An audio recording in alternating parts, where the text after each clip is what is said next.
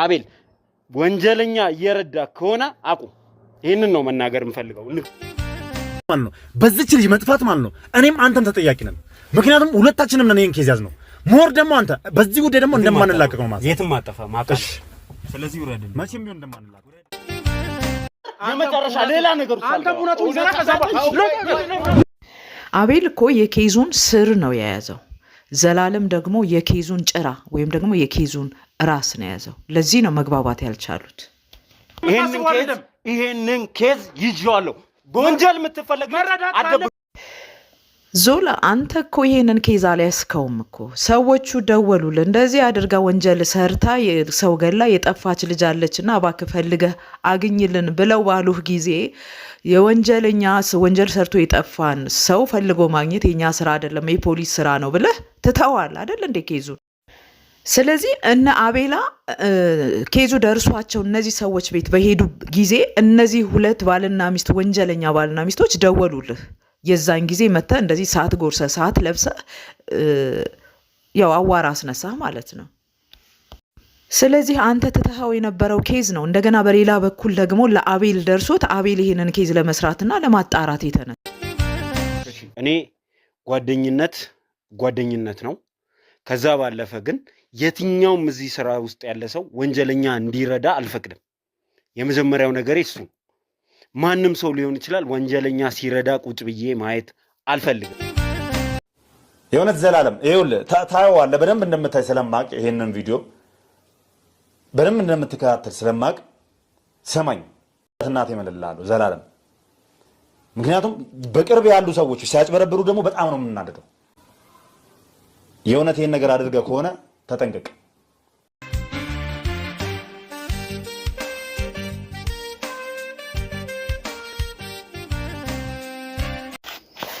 ሰላም እንዴት አላችሁ? እንዴት ቆያችሁ? የምክር ቲዩብ ቻናል ተከታታዮች በያላችሁበት ሀገር በያላችሁበት ቦታና በያላችሁበት ሁኔታ ሰላማችሁ እንዴት ነው? እግዚአብሔር ይመስገን እኔ ሰላም ነኝ። ዛሬ በጥሩ ድምጽ አልመጣሁም። ድምጼ ትንሽ ጥሩ አይደለም።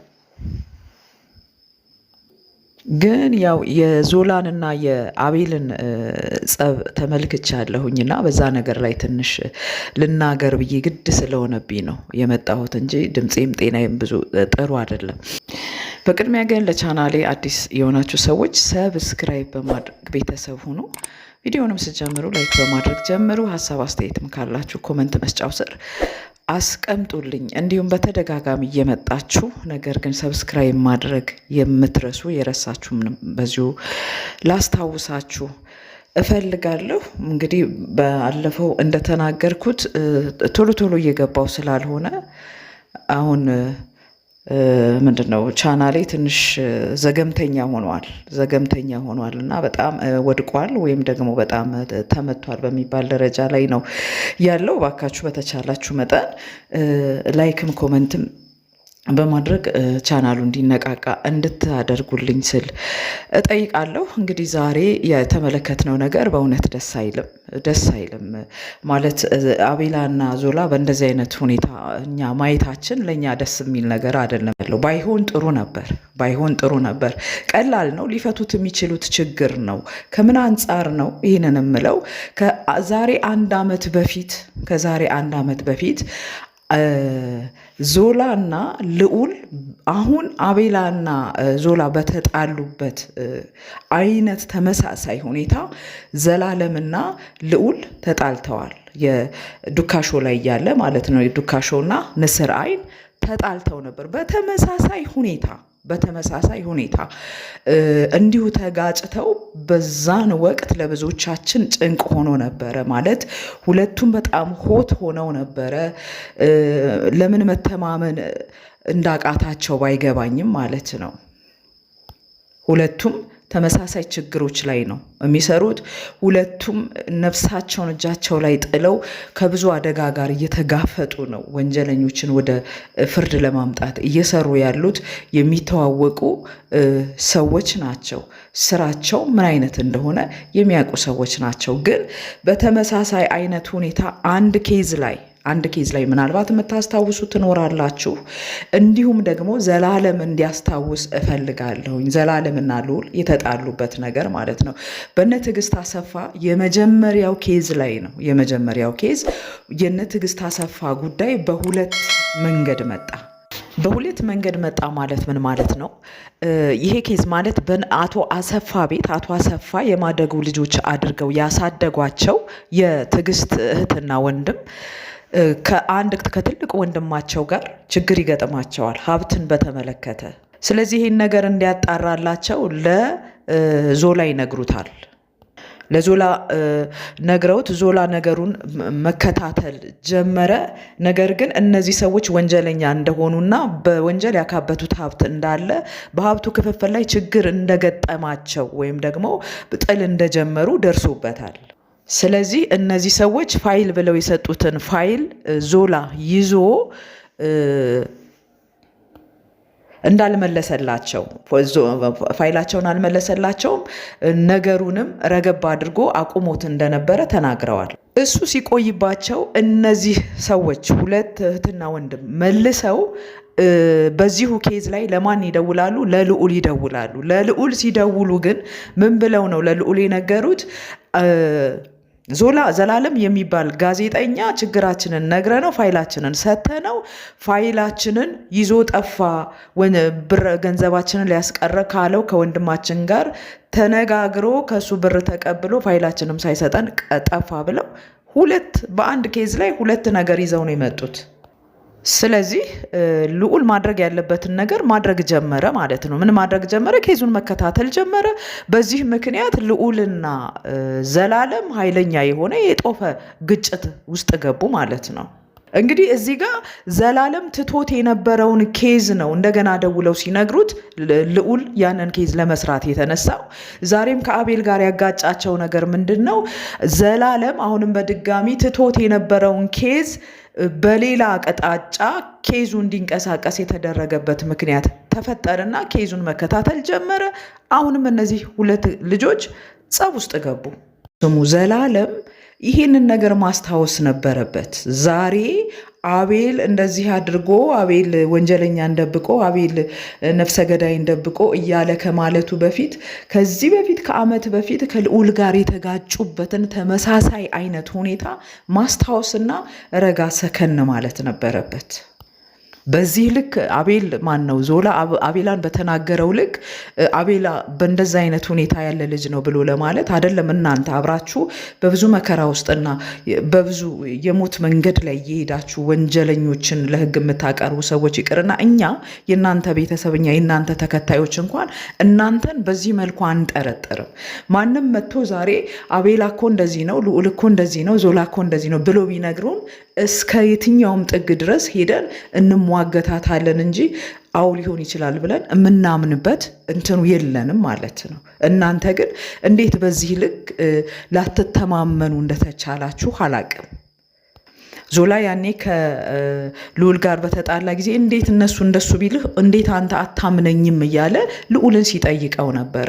ያኔ እሱን የጠየቀውን ጥያቄ ዛሬ ለምን ለአቤል አላደረገለትም? እንዴት አቤላን ማመን አቃተው? እንዴት አቤልን ማመን አቃተው? አቤል እኮ በገዛ እናቱ ላይ በገዛ በወለደችው እናቱ ላይ እና በእናቱ ወንድም ላይ ባጎቱ ላይ የጨከነ ሰው እኮ ነው። ወንጀለኞች ከሆኑ በገዛ እናቱ ላይ ጨክኗል አይደል እንዴ? አይደለም በሌላ ሰው ላይ ይቅርና በገዛ አጎቱ ላይ ጨክኗል እኮ አቤል። የምናየው ነገር እኮ ነው። ይህንን ሁሉ ትልልቅ ስራዎችን ትልልቅ ነገሮችን የሰራውን አቤልን ዛሬ በዚህ ልክ በእነዚህ ሰዎች ሁኔታ ዞላ በእንደዚህ ልክ ሆት ሆኖ ሰዓት ሆኖ እንደዚህ ብሎ ማለቱ አግባብ አይመስለኝም። ከኛ ይልቅ እናንተ ናችሁ ልትተዋወቁ የሚገባችሁ። ምናልባት የምትፈላለጉበት ሌላ ቁርሾ ከሌላችሁ በስተቀር ሌላ ነገር ከሌላችሁ በስተቀር ይሄ ሁኔታ እንዲህ ሊያደርጋችሁ የሚገባ አልመሰለኝም። እስከተረዳሁትና ቪዲዮውን የሁለቱንም እስካየሁት ድረስ አቤል ነገሩን የችግሩን ስር አግኝቶታል። የችግሩን ከስሩ ነው አቤል ያገኘው። ዞላ ግን ችግሩ የደረሰው የት ነው? ጫፍ ላይ ያለውን ችግር ነው ያገኘው።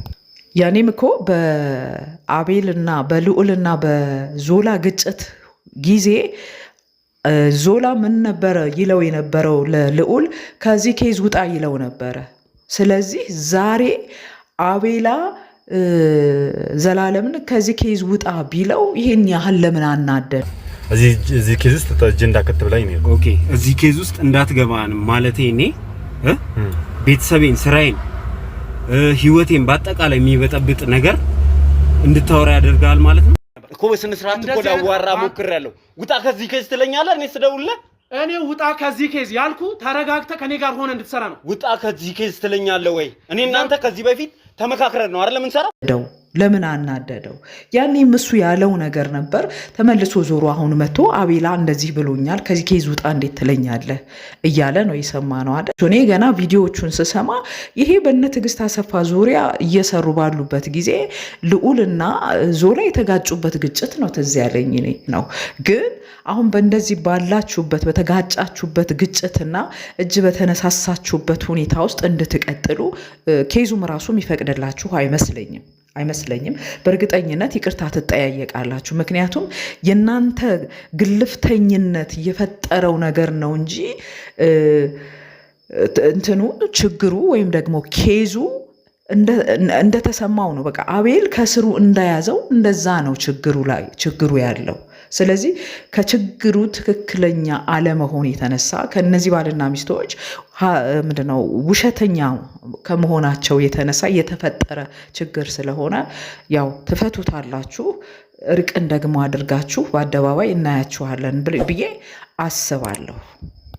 ሌላ እንደዚህ ልትነጋገሩበት የምትፈላለጉበት ችግር ከሌላችሁ፣ ኬዝ ከሌላችሁ፣ ዞላና አቤላ የምትፈላለጉበት ኬዝ ከሌላችሁ፣ ይሄኛው አሁን እናንተን ያጋጫችሁ ችግር ግን እናንተ ራሳችሁ በእንደዚህ አይነት ሁኔታ እንድትቆዩ የሚፈቅድላችሁ አይመስለኝም። ምክንያቱም የሁለታችሁ አለመግባባት፣ ቀስ አለማለት፣ አለመስከን፣ ነገሩ እንዴት እንደዚህ ሊሆን ቻለ ብሎ እርስ በርስ ተነጋግራችሁ ነገሩን ለመፍታት ስላልሄዳችሁ ነው እንጂ እንደዚህ የሚያደርሳችሁ ነገር አልነበረም። አዛውንት ሰዎችን አስፈራርታችሁ ምናምን ነገር ከኛ ይልቅ እናንተ ብዙ ነገር ታውቃላችሁና እንደዚህ በወንጀል ኬዝ ሰዎች ሲመጡ ግን ሁሉም ሰዎች እውነትንና ትክክለኛ ነገሩን ይናገራሉ ብሎ ማሰብ ሞኝነት ነው የሚሆነው አንዳንድ ጊዜና ብቻ ግን የትኛውም ከባድ የሚመስል ነገር ሲገጥምና ሲመጣ ቀስ ብሎ ራስን አረጋግቶ ከዛኛውም ወገን ከዚህኛውም ወገን ሳትጎዳዱ ክፉና ደግ ሳትነጋገሩ ተራርማችሁና ተያይታችሁ ልትሰሩ የምትችሉበትን መንገድ ማሰብ ነው እንጂ በእንደዚህ አይነት መልኩ እጅ እስክትነሳሱ ድረስ ደርሳችሁ ማየት ለእኛ በጣም ይከብደናል። እስከሚገባኝ ድረስ በዚህ ስራ ላይ ይህን ስራ እየሰራችሁ ያላችሁ ሁላችሁም በእነዚህ አሁን እናንተ በተጋጫችሁበት ኬዝ ተመሳሳይ ስራ ላይ ያላችሁት በሙሉ ወዶ ዘማቾች ናችሁ። የሚገባን ይሄንን ነው። ወዳችሁ የዘመታችሁ ናችሁ። ወዳችሁ እነዚህን ወንጀለኞችን ወደ ህግ ለማምጣት ፈልጋችሁ የምትሰሩ ሰዎች ናችሁ እንጂ ቅጥር ሆናችሁ ተቀጥራችሁ ደሞዝ እየተከፈላችሁ የምትሰሩ ሰዎች እንዳልሆናችሁ እናውቃለን። እንደዛ እስከሆነ ድረስ ልክ ዞላ ጀምሮት በነበረው ስራ ላይ እንደገና በሌላ መንገድ ደግሞ አቤል ሲመጣ በእንደዚህ መልኩ ስትጋጩ በቃ ከነዚህ ወንጀሉን ማለት ስራውን እየሰራችሁላቸው ካላችሁ ሰዎች ገንዘብ የምትቀበሉ ነው የምትመስሉት። ሁኔታችሁ እንደዛ አይነት ነገር ነው የሚያሳየው። ምክንያቱም እናንተ ወዶ ዘማች መሆናችሁንና በበጎ ፈቃዳችሁ ይህን ስራ የምትሰሩ ሰዎች እንደሆናችሁ እኛ ስናቅ፣ ግን አሁን የአቤልና የዞላ በእንደዚህ አይነት መልኩ መነጋገርና እንደዚህ እጅ መነሳሳት እነዚህ ልጆች ምን ይከፈላቸዋል እንዴ የሚለውን ጥያቄ ሰው እንዲጠይቅ ነው የሚያደርገው። ምክንያቱም ሁኔታችሁ ያንን ነው የሚያሳብቀው ያለው ማለት ነው። ውጣ ከዚህ ኬዝ ስትባባሉ ራሱ እናንተ እኮ ተነጋግራችሁ ኬዙን እኮ በአንድ ላይ ሆናችሁ ልትሰሩት የምትችሉት ኬዝ ነው። አሁን ብዙ ጊዜ እናያለን ልዑል ከአቤላ ጋር፣ አቤል ከነ ዞላ ጋር፣ ዞላ ከነ ልዑል ጋር ተመነጋግራችሁ ተባብራችሁ የምትሰሩት ስራ እንዳለ እየተመለከትን ያለበት ሁኔታ ግን አሁን ኬዙን እኔ ይዤዋለሁና ከዚህ ኬዝ ውጣ ብላችሁ በኃይለ ቃል ስትነጋገሩ ስንሰማና ስናይ እነዚህ ልጆች የአሰራር መንገዳቸውን ቀይረውታል እንዴ?